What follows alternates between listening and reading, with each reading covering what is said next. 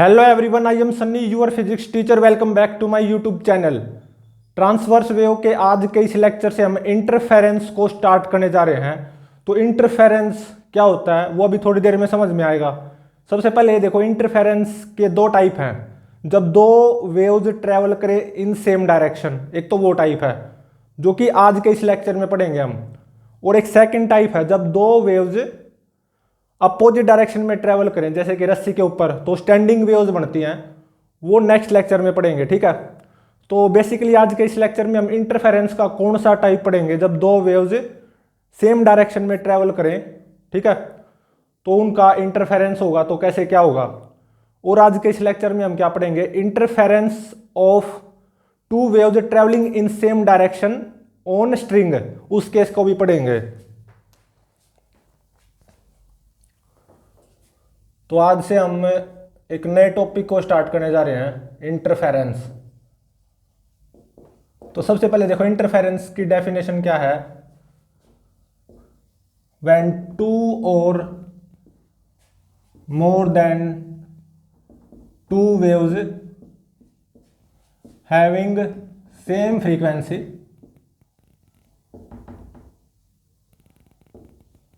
और comma having constant initial phase difference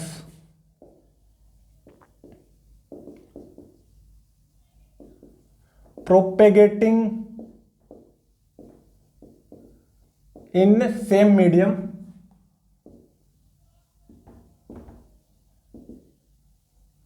then due to their superposition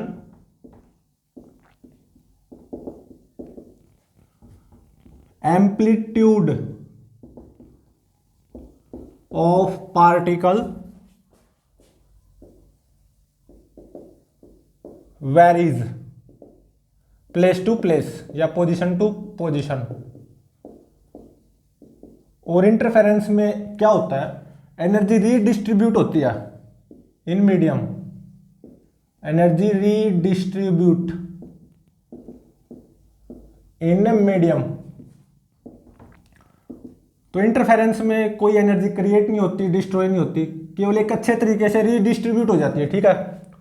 तो जब दो या दो से ज्यादा वेव्स जिनकी फ्रीक्वेंसी सेम और कांस्टेंट इनिशियल फेज डिफरेंस हो, वो एक मीडियम में प्रोपेगेट करें, तो then due to their superposition amplitude of particle वो वेरी करता है प्लेस टू प्लेस, ठीक है। इसी को बोलते हैं इंटरफेरेंस। और इंटरफेरेंस में क्या होता है, एनर्जी रीडिस्ट्रीब्यूट हो जाती है मीडियम में एक अच्छे तरीके से, ठीक है। तो इंटरफेरेंस के दो टाइप हैं, जब दो वेव्स सेम डायरेक्शन में ट्रेवल करें, और सेकंड टाइप जब अपोजिट डायरेक्शन में ट्रेवल करें। तो जब दो वेव्स अपोजिट डायरेक्शन में ट्रेवल करती हैं ऑन रस्सी, तो स्टैंडिंग वेव्स बनती है, उसको हम नेक्स्ट लेक्चर में पढ़ेंगे। तो आज के इस लेक्चर में तो हम इसका फर्स्ट टाइप पढ़ेंगे, जब वेव्स ट्रेवल करें सेम डायरेक्शन में, ठीक है।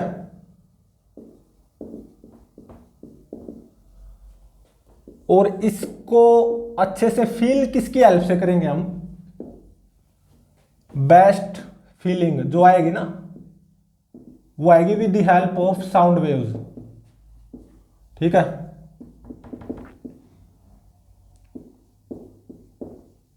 तो इनिशियली जो इंटरफेरेंस की जो बेस्ट फीलिंग आती है वेव्स में, वो with the help of sound waves आती है। वैसे ये जनरल भी हो जाएगा, ठीक है।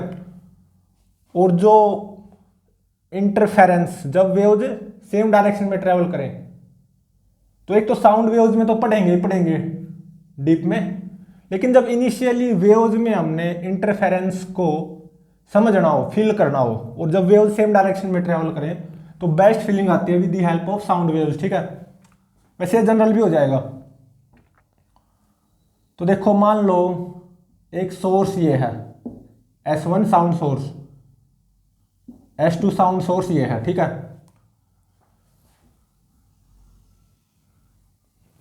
तो ये भी साउंड वेव एमिट करेगा और ये भी साउंड वेव एमिट करेगा, ठीक है। और मान लो दोनों की फ्रीक्वेंसी सेम है, मतलब कोहेरेंट सोर्सेज हैं, फ्रीक्वेंसी ऑफ बोथ सोर्सेज या बोथ वेव्स इज सेम, और जो कि एफ है ओमेगा बाई 2 पाई के बराबर हो जाएगा। और मान लो इनिशियली जो फेज डिफरेंस है ना इन दोनों के बीच, मतलब जब यहां से वेव जस्ट निकली होगी, वो मान लो कांस्टेंट है, और कांस्टेंट ही लेते हैं, और वो मान लो मैंने जीरो ले लिया, ठीक है। Initially phase difference between waves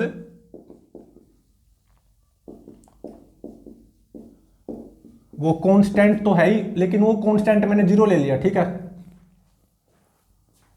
तो ये वेव ऐसे चली, ये वेव ऐसे चली, तो देख सकते हो सेम डायरेक्शन में ही नियरली।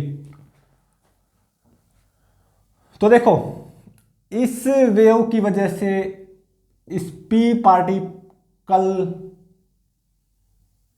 या इस मीडियम के पी पार्टिकल की जो डिस्प्लेसमेंट आएगी इस वेव की वजह से, ऊपर वाली वेव की वजह से मीडियम के इस पी पार्टिकल की जो डिस्प्लेसमेंट आएगी वो मान लो y1 होगी, और ये मान लो a1 sine kx minus omega T होगी, ठीक है।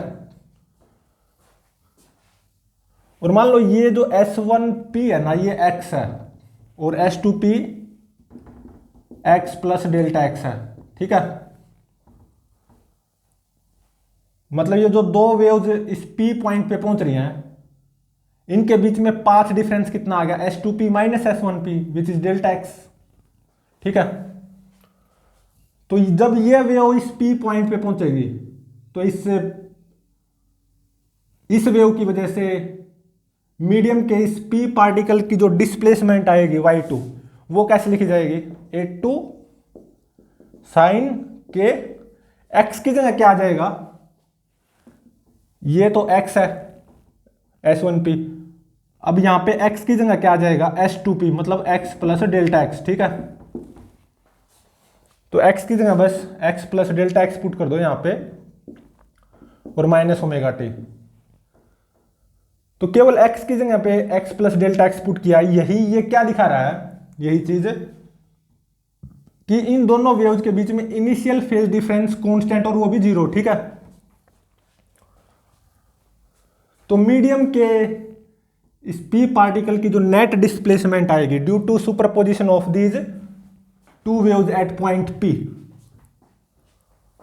y using superposition principle y1 plus y2 हो जाएगी, ठीक है। और देखो y2 को और अच्छे इस तरीके से कैसे लिख सकता हूं, a साइन के x minus omega T plus के डेल्टा x,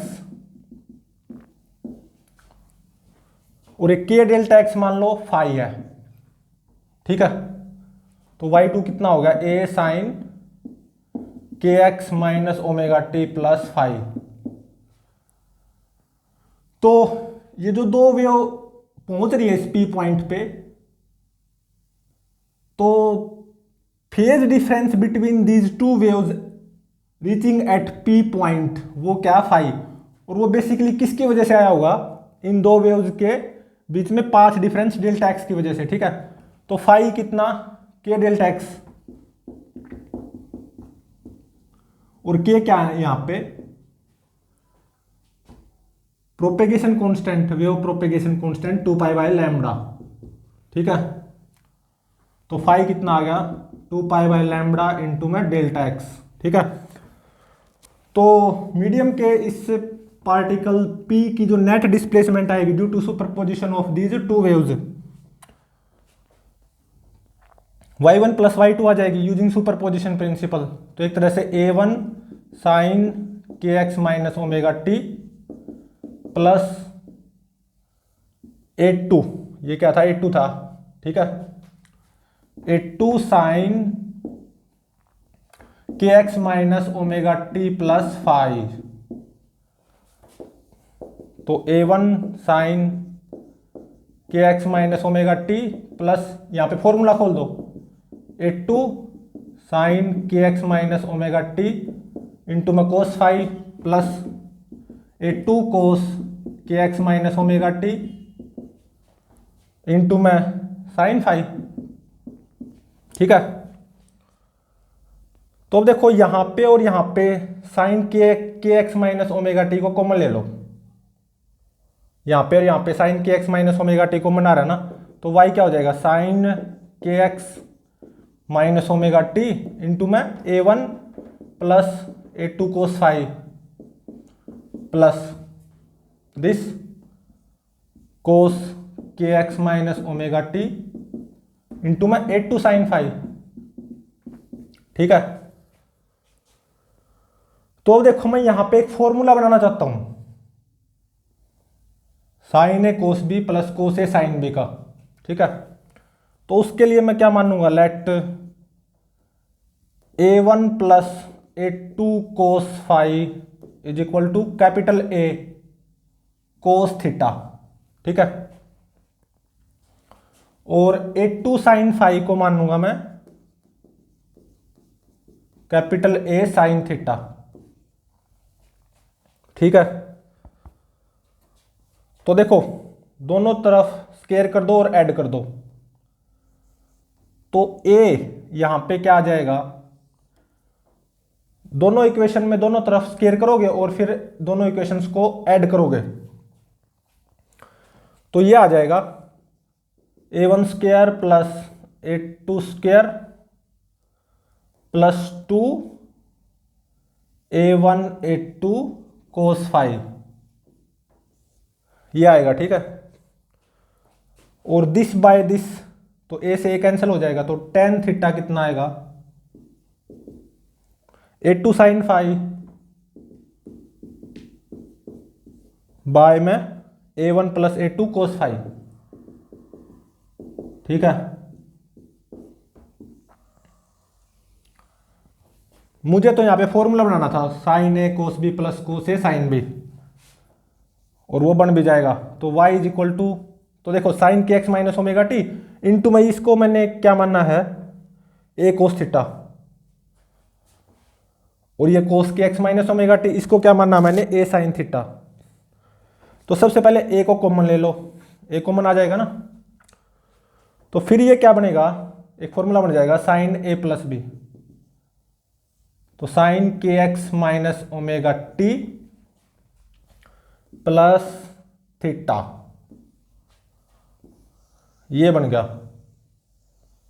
ठीक है, तो देखो ये जो पी मीडियम का पार्टिकल है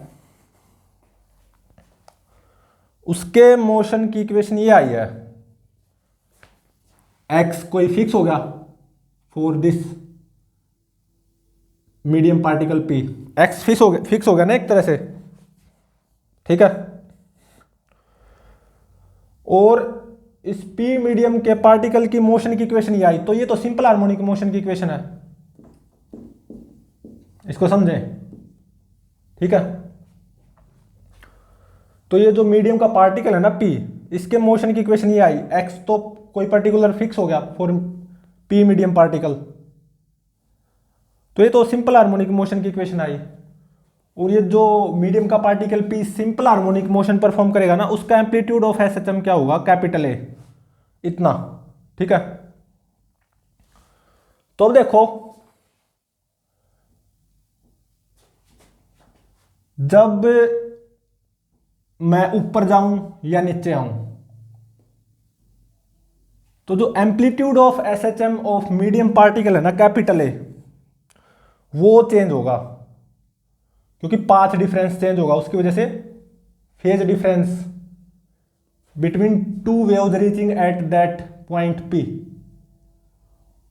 तो उसकी वजह से फाई चेंज होगा।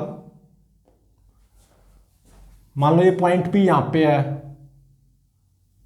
तो पाथ डिफरेंस कुछ अलग आएगा, डेल्टा एक्स पाथ डिफरेंस कुछ अलग आएगा, उसकी वजह से फाई चेंज होगा। फाई चेंज होने की वजह से मीडियम के उस पार्टिकल के जो सिंपल हार्मोनिक मोशन का एम्पलीट्यूड आएगा ना, वो चेंज हो जाएगा। ठीक है, तो एक तरह से यहां पे मीडियम के particle simple harmonic motion perform कर रहे होंगे अलग अलग एम्पलीट्यूड का, तो मतलब आपने देखा भी होगा, एक साउंड सोर्स ये है, दूसरा साउंड सोर्स ये है, और मान लो दोनों की फ्रीक्वेंसी सेम है, ठीक है। तो आपने देखा होगा यहां पे जो इंटेंसिटी होगी साउंड की वो मैक्सिमम होगी, फिर थोड़ा सा ऊपर जाओगे मिनिमम होगी, फिर मैक्सिमम, फिर मिनिमम, फिर मैक्सिमम, मिनिमम मैक्सिमम, ऐसे नीचे आओगे मिनिमम, फिर मैक्सिमम होगी साउंड की इंटेंसिटी, फिर मिनिमम मैक्सिमम। और इंटेंसिटी डायरेक्टली प्रोपोर्शनल होगी स्क्वायर ऑफ द एम्पलीट्यूड, ठीक है ना। क्योंकि हमने कौन से लेक्चर में पढ़ा था, ये 8th लेक्चर में, इंटेंसिटी किसके बराबर आई थी, 2π² a² f² रो v। तो यहां पे दोनों सोर्सेज कोरेंट हैं, तो f दोनों के लिए सेम हो गया, फिक्स हो गया f। और मीडियम ऑफ प्रोपेगेशन वो भी सेम है, तो intensity directly proportional to amplitude के स्क्वायर क्या आ जाएगी ना, ठीक है। तो मान लो दो साउंड सोर्स है, दोनों ही फ्रीक्वेंसी सेम है,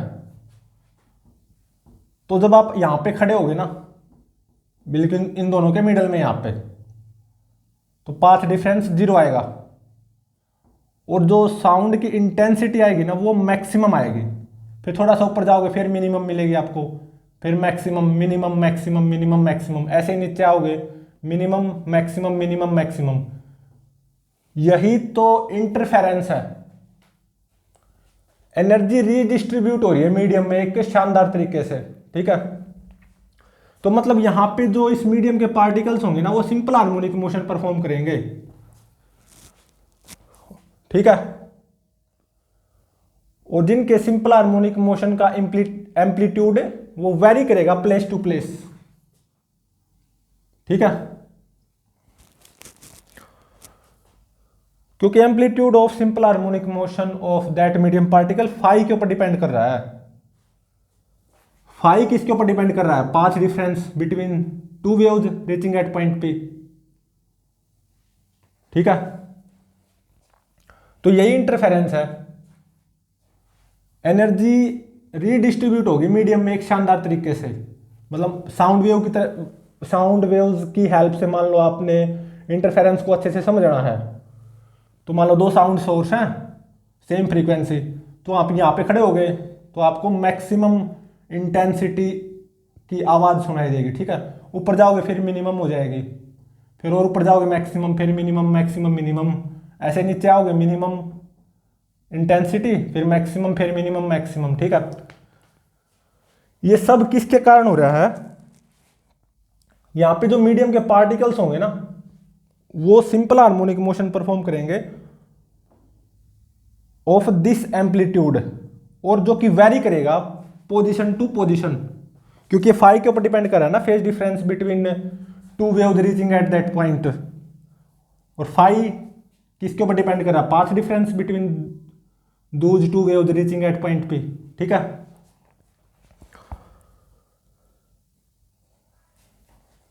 तो यहां पे जो मीडियम का पार्टिकल पी है ना उसकी जो नेट डिस्प्लेसमेंट आएगी वो वाई आएगी, और ये आएगी, ये तो सिंपल हार्मोनिक मोशन की इक्वेशन है। अब आप बोलोगे सिंपल हार्मोनिक मोशन की इक्वेशन क्यों है, इसमें तो एक्स भी है, क्योंकि आपने एक मीडियम का पार्टिकल फिक्स कर दिया, मान लो ये पी, तो एक्स तो समथिंग फिक्स हो गया ना, कांस्टेंट हो गया, तो वाई तो टी के ऊपर डिपेंड कर रहा है फिर तो केवल, तो ये तो सिंपल हार्मोनिक मोशन की इक्वेशन बन जाएगी बिल्कुल, एम्पलीट्यूड ऑफ एसएचएम ये हो जाएगा, ठीक है।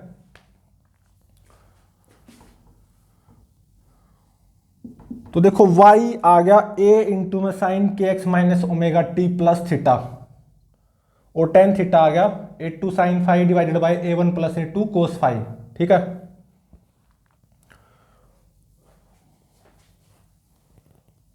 तो देखो I1 इस साउंड सोर्स की इंटेंसिटी वो क्या हो जाएगी,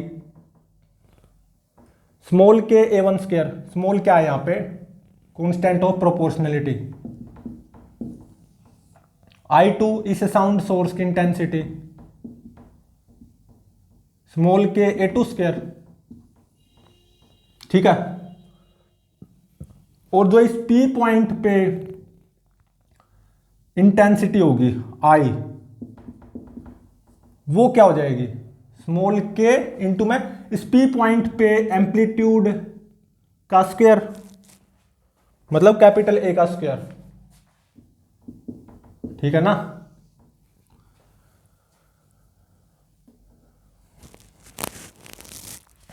तो देखो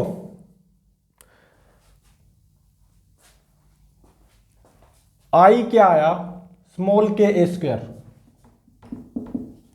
स्मॉल के इंटू में A स्क्वायर, तो A स्क्वायर क्या हो जाएगा यहां पे, A1 square plus A2 square plus 2A1 A2 cos phi. तो I क्या हो गया, के A1 स्क्वायर प्लस के A2 स्क्वायर प्लस 2 के A1 A2 कोस फाई, ठीक है।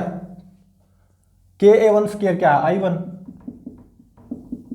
के A2 स्क्वायर I2 प्लस यहां पे क्या आएगा, यहां पे क्या आएगा, plus 2 root I1 I2 cos phi, root I1 root I2 cos phi. ये कैसे आया, के को क्या लिख सकता हूं, रूट के इंटू में रूट के। तो देखो इसको मैं शानदार तरीके से लिखने जा रहा हूं, रूट के A1 रूट के A2 कोस फाई। तो रूट के A1 रूट I1 हो जाएगा, रूट के A2 I2 हो जाएगा, ठीक है। तो इस P पॉइंट पे जो इंटेंसिटी आई वो ये आएगी, P पॉइंट पे जो मीडियम का पार्टिकल है उसके सिंपल हार्मोनिक मोशन का एम्पलीट्यूड कैपिटल A, ये आएगा, ठीक है। तो यहां पे ये दो वेव्स इस P पॉइंट पे इंटरफेयर कर रही है, ठीक है। और due to superposition of these two waves at point P, तो P पॉइंट के मतलब ये जो मीडियम का पार्टिकल है P, इसकी जो नेट डिस्प्लेसमेंट आएगी वो ये आएगी। आपने मीडियम का पार्टिकल P फिक्स कर लिया तो एक तरह से ये x फिक्स हो गया ना S1P। तो ये सिंपल हार्मोनिक मोशन की इक्वेशन आई एक तरह से, मतलब ये जो मीडियम का पार्टिकल है ना P, वो सिंपल हार्मोनिक मोशन परफॉर्म करेगा इस A एम्पलीट्यूड का, ठीक है। और P पॉइंट पे जो इंटेंसिटी आएगी वो होगी I1 plus I2 plus 2 root I1 I2 cos phi, ठीक है। तो अब देखो इस P पॉइंट पे मान लो इंटेंसिटी मैक्सिमम आए, I is equal to maximum, मतलब कंस्ट्रक्टिव इंटरफेरेंस हो between these two waves at point P, ठीक है। तो ये I मैक्सिमम कब होगा, जब कोस फाई की वैल्यू मैक्सिमम होगी, और कोस फाई की मैक्सिमम वैल्यू कितनी होती है 1, और कोस फाई 1 जब होगा तो फाई की वैल्यूज क्या होंगी, 0 होगी, 2 पाई होगी, 4 पाई होगी, ऐसे 6 पाई होगी। तो एक तरह से फाई किसके बराबर आ गया, 2n पाई। n यहां पे क्या है, 0 1 2 3, ठीक है। और वो मैक्सिमम इंटेंसिटी कितनी आएगी, तो कोस फाई तो 1 हो गया, तो I1 plus I2 plus 2 root I1 root I2, I maximum वो कितनी आएगी, root I1 plus root I2 का स्क्वायर। तो इंटेंसिटी मैक्सिमम, तो इसका मतलब एम्पलीट्यूड भी मैक्सिमम आना चाहिए। तो ये ए भी मैक्सिमम आएगा, कोस फाई की वैल्यू 1 होगी ना मैक्सिमम। तो एम्पलीट्यूड मैक्सिमम होगा और वो कितना आएगा, ये आएगा A1 प्लस A2, क्योंकि अंदर क्या हो जाएगा कोस फाई 1, तो अंदर रूट के अंदर A1 प्लस A2 का स्क्वायर आ जाएगा, तो रूट से स्क्वायर कैंसिल हो जाएगा। ठीक है,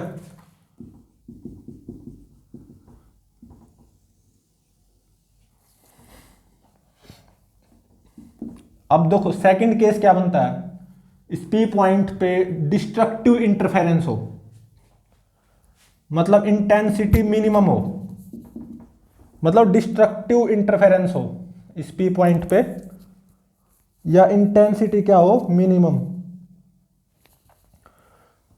तो ये इंटेंसिटी मिनिमम कब होगी, जब कोस फाई की वैल्यू मिनिमम होगी और वो 1 होगी, कोस फाई सॉरी -1 होगी, कोस फाई की मिनिमम वैल्यू 1 थोड़ी ना होगी, -1। तो इस पी पॉइंट पे डिस्ट्रक्टिव इंटरफेरेंस कब होगा, जब इंटेंसिटी इस पी पॉइंट पे मिनिमम होगी या एम्पलीट्यूड ऑफ एसएचएम मिनिमम होगा। तो वो कब होगा मिनिमम, कोस फाई की वैल्यू मिनिमम होगी और वो कितनी होती है -1। तो कोस फाई -1 फाई की किन वैल्यूज पे आता है, तो यहां से आएगा phi is equal to 2n-1 pi. Phi क्या 2 pi by lambda delta X, delta X तो पाथ डिफरेंस है, पाथ डिफरेंस तो पॉजिटिव होगा, तो फाई पॉजिटिव होना चाहिए। तो कोस फाई -1 फाई की किस वैल्यू पे आएगा 2n-1 पाई, और n की वैल्यू यहां से क्या होगी 1 2 3 4 ऐसे ऐसे करके। ठीक है,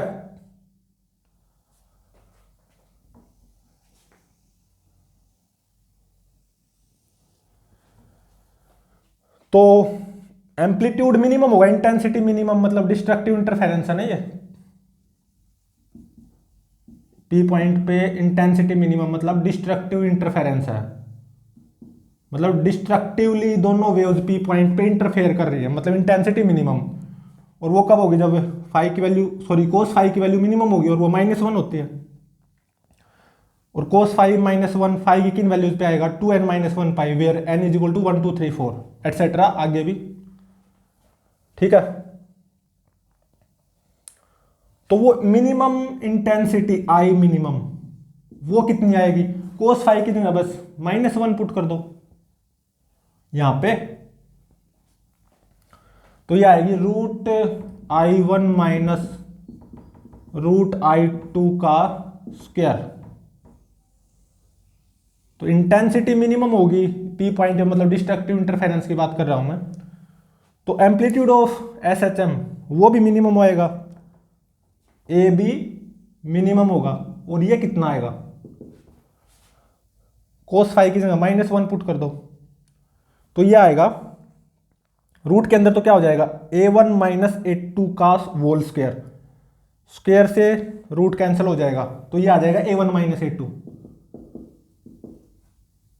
तो इसका मोड लेना पड़ेगा ना, क्योंकि जो मिनिमम एम्पलीट्यूड आएगा वो पॉजिटिव आएगा ना, एम्पलीट्यूड तो पॉजिटिव ही होता है। तो देखो इस पी पॉइंट पे कंस्ट्रक्टिव इंटरफेरेंस कब होगा, जब phase difference between these two waves reaching at point P वो 2n पाई के बराबर होगा, n इज इक्वल टू 0 1 2 3 कुछ भी हो सकता है, 4 भी हो सकता है, 5 भी 6 भी। और जो मैक्सिमम इंटेंसिटी आएगी ना तब वो आएगी √I1 प्लस √I2 का होल स्क्वायर, ऑब्वियसली तब एम्पलीट्यूड ऑफ एसएचएम मैक्सिमम आएगा, वो आएगा A1 प्लस A2। तो जब कंस्ट्रक्टिव इंटरफेरेंस होगा between two waves reaching at point P, तो phase difference between waves reaching at point P 2n pi आ गया, तो पाथ डिफरेंस डेल्टा एक्स वो कितना आएगा, यहां से निकाल लो, फाई लैम्बडा बाय 2 पाई, मतलब 2n पाई इंटू में लैम्बडा बाय 2 पाई, 2 पाई से 2 पाई कैंसिल हो गया, n लैम्बडा आ गया, n में भी 0 1 2 3 4 एटसेट्रा। ठीक है, तो जब path difference between two waves reaching at point P n lambda हो, n में भी 0 1 2 3, तो कंस्ट्रक्टिव इंटरफेरेंस होगा between those two waves at that point P। मतलब इंटेंसिटी मैक्सिमम आएगी, एम्पलीट्यूड भी मैक्सिमम आएगा। और जब डिस्ट्रक्टिव इंटरफेरेंस हो P पॉइंट पे, मतलब cos फाई मिनिमम हो -1, इंटेंसिटी मिनिमम हो, और वो कितनी होगी minimum intensity, √I1 minus √I2 का स्क्वायर, मिनिमम एम्पलीट्यूड आएगा mod of A1 minus A2। तो in case of destructive interference, phase difference between two waves reaching at point P 2n-1 pi आया, n में भी 1 2 3 4 5 एटसेट्रा। तो in case of destructive interference at point P, path difference between these two waves reaching at point P delta x, वो कितना होगा। तो again किसका use करो, इसका, phi lambda by 2 pi, phi कितना 2n-1 इंटू में पाई, और इंटू में लैम्बडा बाई 2 पाई कर दो, पाई से पाई खत्म, तो ये आ गया 2n-1 इंटू में लैम्बडा बाई 2, ठीक है, इंटू में लैम्बडा बाय 2, ये आ गया।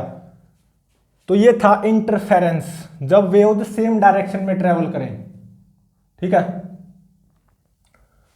तो इंटरफेरेंस ऑफ टू वेव्स या टू और more than two waves having same frequency, जब वेव सेम डायरेक्शन में ट्रेवल करें, तो इसकी जो बेस्ट फीलिंग आती है ना, समझ में आता है फिजिकली प्रैक्टिकली, वो साउंड वेव्स की हेल्प से समझ में आता है। और वो कैसे, मान लो दो साउंड सोर्स हैं, दोनों ही फ्रीक्वेंसी सेम है,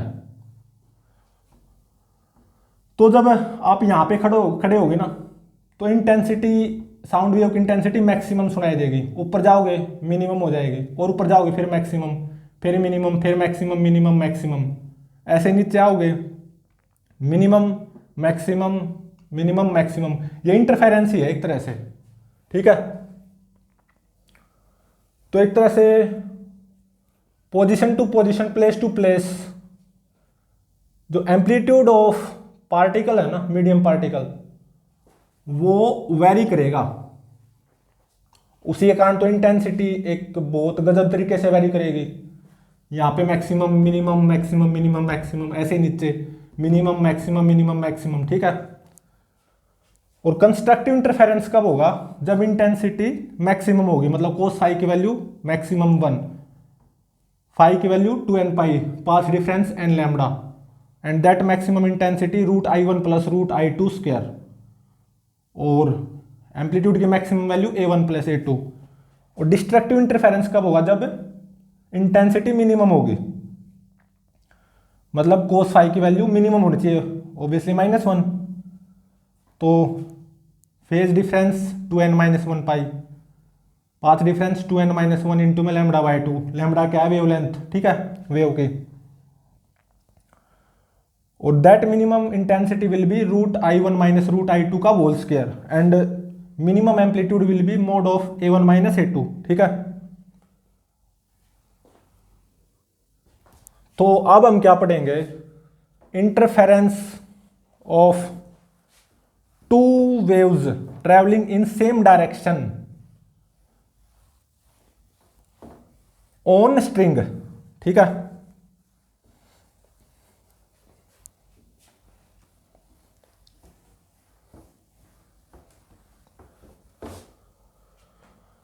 तो इसी का यूज होगा एक तरह से। तो देखो tan थीटा कितना आया, A2 साइन फाई बाय में A1 plus A2 cos phi, ठीक है। और कैपिटल A वो कितना आया था, √A1 square plus A2 square plus 2 A1 A2 cos phi, ठीक है। और y की वैल्यू क्या आई थी, a sine kx minus omega T plus theta, ठीक है। और y1 क्या था, a1 साइन के एक्स माइनस ओमेगा टी, ये था ना।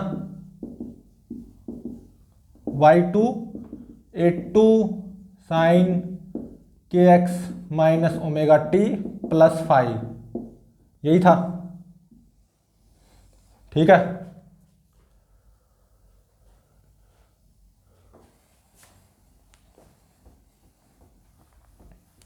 और देखो, इन केस ऑफ कंस्ट्रक्टिव इंटरफेरेंस क्या आया था, इंटेंसिटी शुड बी मैक्सिमम, और वो क्या आई, root I1 plus root I2 का स्क्वायर।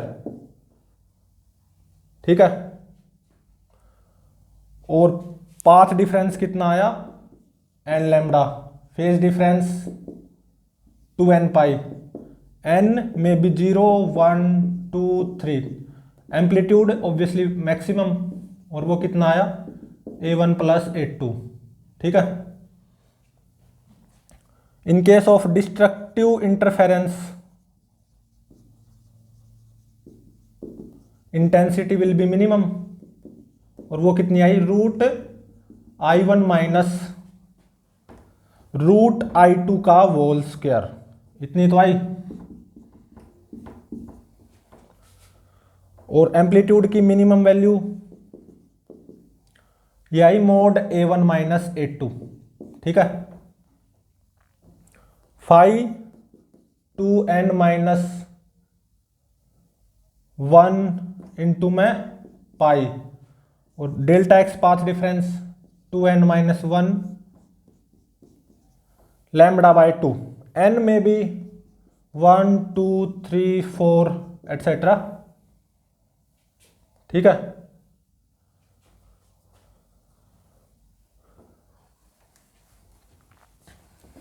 तो अब हम पढ़ेंगे क्या, interference of two waves travelling in same direction on रस्सी, और दो केस पढ़ेंगे, कंस्ट्रक्टिव एंड डिस्ट्रक्टिव इंटरफेरेंस। ठीक है। अब टॉपिक क्या है, सबसे पहला case constructive interference of two waves travelling in same direction on रस्सी। ठीक है। तो देखो,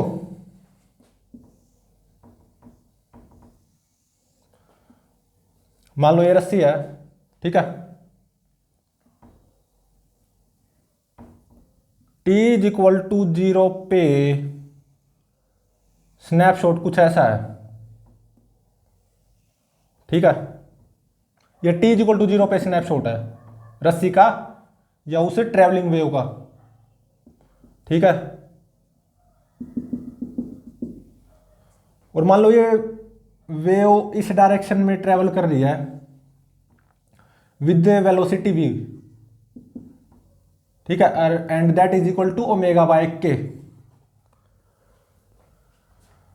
तो ये तो है t इज इक्वल टू 0 पे स्नैपशॉट। ठीक है। और ये वेव इस डायरेक्शन में ट्रेवल कर रही है with wave velocity omega by k. तो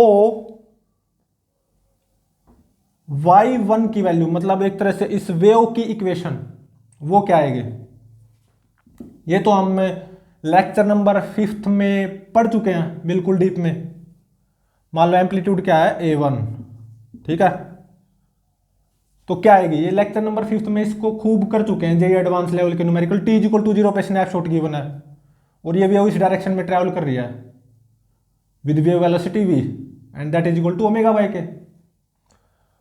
तो y1 की वैल्यू क्या आएगी, मतलब इस ट्रैवलिंग वेव की इक्वेशन, तो ये आएगी a1, लेक्चर नंबर 5 में खूब न्यूमेरिकल कर चुके हैं ऐसे, a1 sine omega T minus के एक्स प्लस पाई, ये आएगी। ठीक है। अब मान लो एक दूसरी वेव है जो किसी डायरेक्शन में चल रही है, सेम डायरेक्शन में, ओमेगा बाय के कॉन्स्टेंट वेलोसिटी से, इसका भी t इज इक्वल टू 0 पे स्नैपशॉट गिवन है, कुछ ऐसा, ठीक है।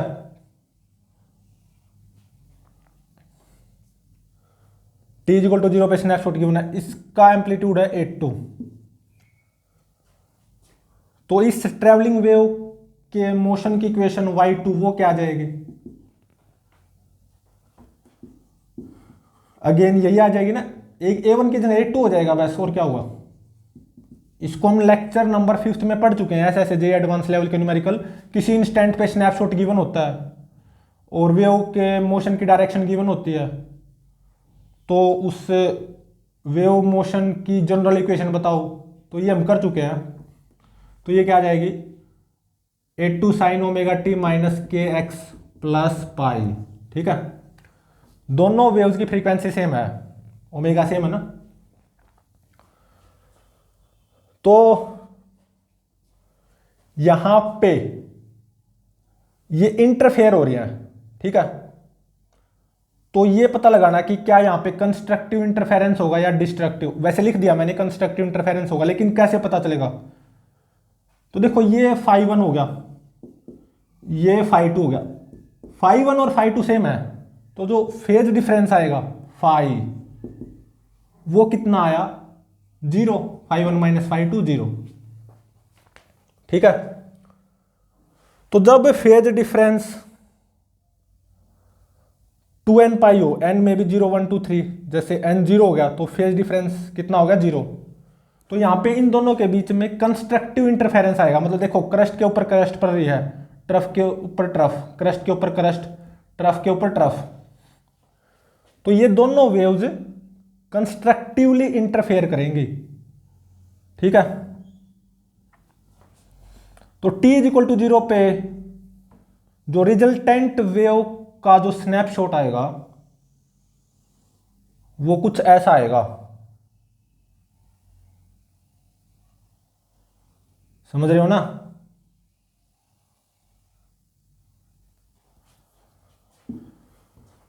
तो एम्पलीट्यूड की वैल्यू आएगी मैक्सिमम, क्योंकि कंस्ट्रक्टिव इंटरफेरेंस, और वो कितनी आएगी, a1 प्लस a2, तो ये कितना हो जाएगा, a1 प्लस a2, ये भी कितना, a1 प्लस a2। तो ये दोनों यहां पे कंस्ट्रक्टिवली इंटरफेयर कर रहे हैं, क्योंकि फाई 0 आया, फेज डिफरेंस कितना आया 0, क्रस्ट के ऊपर क्रस्ट, ट्रफ के ऊपर ट्रफ, क्रस्ट के ऊपर क्रस्ट, ट्रफ के ऊपर ट्रफ, तो एम्पलीट्यूड मैक्सिमम आएगा a1 प्लस a2। और यहां पे ये रिजल्ट इन दोनों के रिजल्टेंट वेव की स्नैपशॉट है, t इज इक्वल टू 0 पे ही, इसको समझे। तो ये दोनों कंस्ट्रक्टिवली इंटरफेयर करेंगी क्योंकि फाई 0 आया है, एम्पलीट्यूड मैक्सिमम होगा a1 प्लस a2। तो इन दोनों के रिजल्टेंट वेव के मोशन की इक्वेशन एक तरह से y, वो क्या आ जाएगी, किसका यूज करते हुए, इसका, a कितना आया maximum, a1 plus a2 into में साइन, यहां पे थीटा 0 आएगा क्योंकि tan थीटा आया था a2 sine phi divided by a1 plus a2 cos phi, phi 0 आया है तो थीटा 0 आ जाएगा, ठीक है। यहां पे kx माइनस ओमेगा टी, यहां पे भी kx माइनस ओमेगा टी, और theta 0, a maximum a1 plus a2, तो यहां पे kx माइनस ओमेगा टी, तो यहां पे भी kx माइनस ओमेगा टी, और यहां पे वो क्या है, ओमेगा टी माइनस के एक्स प्लस पाई, तो ओमेगा टी माइनस के एक्स प्लस पाई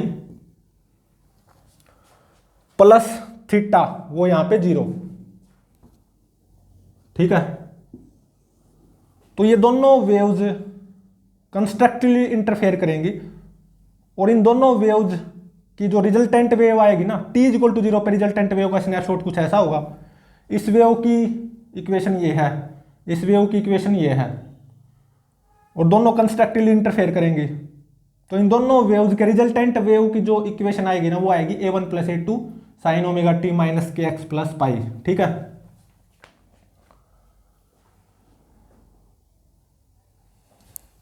तो अब देखो इसका second case.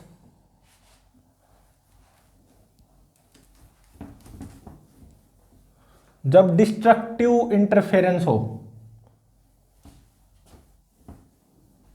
Between two waves travelling in same direction on string.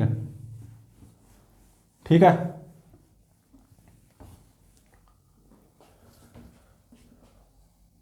तो देखो मान लो t इज इक्वल टू 0 पे स्नैपशॉट गिवन है एक वेव का, और वो कुछ ऐसा है। ठीक है,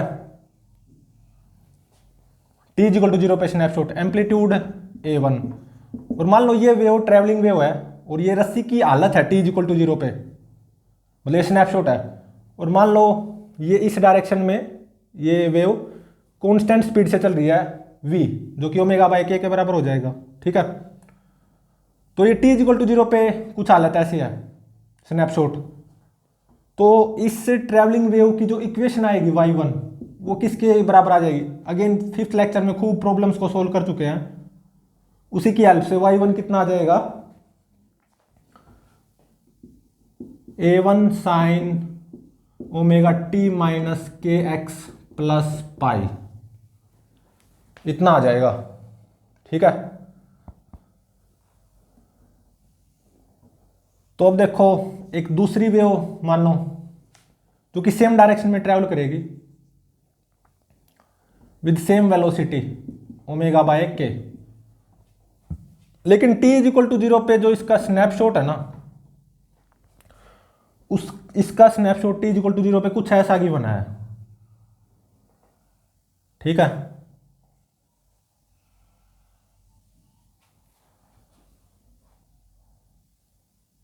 और मान लो इसका एम्पलीट्यूड 82 है। ठीक है, और ये वेव भी इसी डायरेक्शन में ट्रेवल कर रही है with same speed omega by के या v, तो दोनों वेव सेम डायरेक्शन में ट्रेवल कर रही है ना। ठीक है, तो इस ट्रेवलिंग वेव की जो इक्वेशन आएगी y2 वो क्या आएगी, 82 साइन ओमेगा टी माइनस के एक्स, बस इतनी ही, क्योंकि t इज इक्वल टू 0 पे इसका स्नैपशॉट कुछ ऐसा ही बना। ठीक है, तो यहां पे φ1 ये हो गया और φ2 ये हो गया। अब मान लो ये इंटरफेयर करेंगी तो ऑब्वियसली डिस्ट्रक्टिव इंटरफेरेंस होगा, केस नंबर 2 ये। वो कैसे पता चला, क्रस्ट पे ट्रफ पड़ रही है, ट्रफ पे क्रस्ट, क्रस्ट पे ट्रफ, ट्रफ पे क्रस्ट, वैसे केस भी डिस्ट्रक्टिव इंटरफेरेंस का। ठीक है, तो यहां पे मान लो ऐसा गिवन है a1 a2 के बराबर है।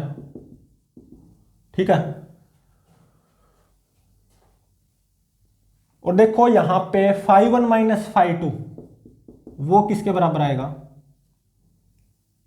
पाई के बराबर,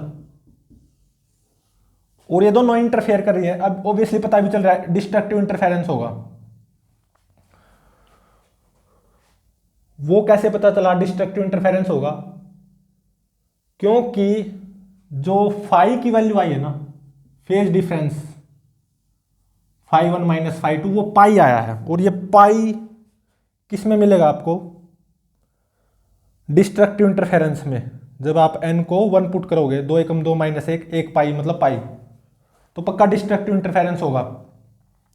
और मान लो ये a1 a2 एम्पलीट्यूड दोनों सेम है, डिस्ट्रक्टिव इंटरफेरेंस होगा तो एम्पलीट्यूड मिनिमम आएगा, और कितना, mode of a1 minus a2, a1 और a2 मैंने दोनों सेम ले लिए तो एम्पलीट्यूड मिनिमम आएगा, और a1 माइनस a2 मतलब 0 हो जाएगा, क्योंकि a1 a2 दोनों सेम ले लिए ना, और a ही 0 हो गया तो y तो 0 आ ही जाएगा। मतलब इन दोनों की जो रिजल्टेंट वेव आएगी ना, क्योंकि ये इंटरफेयर कर रही हैं, और इंटरफेरेंस भी कौन सा, डिस्ट्रक्टिव इंटरफेरेंस, क्योंकि फेज डिफरेंस कितना आया, पाई, और दोनों का एम्पलीट्यूड सेम है, इसलिए वाई जीरो हुआ है। ठीक है, A1 is equal to A2, इसलिए वाई जीरो हुआ है, क्योंकि ए जीरो हो गया। तो वाई जीरो मतलब इन दोनों की जो रिजल्टेंट वेव होगी ना, वो कुछ ऐसी होगी, ये तो वेव है ही नहीं क्योंकि वाई जीरो है, A1 और A2 सेम है, इसलिए ए जीरो आ गया। ठीक है, ए मिनिमम और जीरो।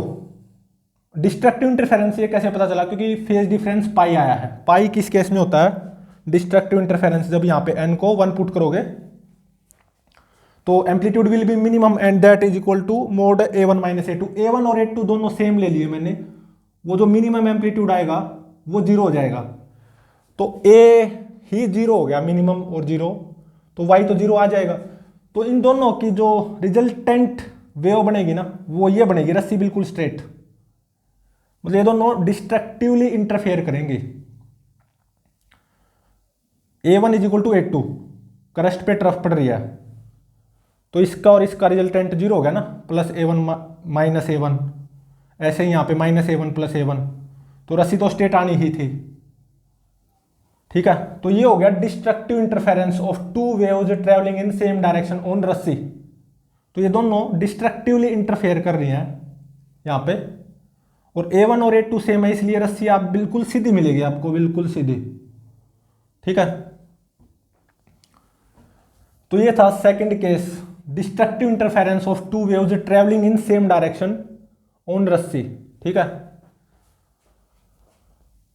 तो नेक्स्ट लेक्चर में हम क्या पढ़ेंगे, जो इसका सेकंड टाइप है ना इंटरफेरेंस का, waves travelling in opposite direction on रस्सी। तो वहां पे स्टैंडिंग वेव्स बनेंगी, वहां पे भी इंटरफेरेंस होगा, लेकिन वेव्स रस्सी पे अपोजिट डायरेक्शन में ट्रेवल करेंगे, तो वहां पे स्टैंडिंग वेव बनेंगी। इंटरफेरेंस का सेकंड टाइप नेक्स्ट लेक्चर में डील करेंगे। ठीक है, तो प्लीज चैनल को लाइक, शेयर और सब्सक्राइब जरूर करें।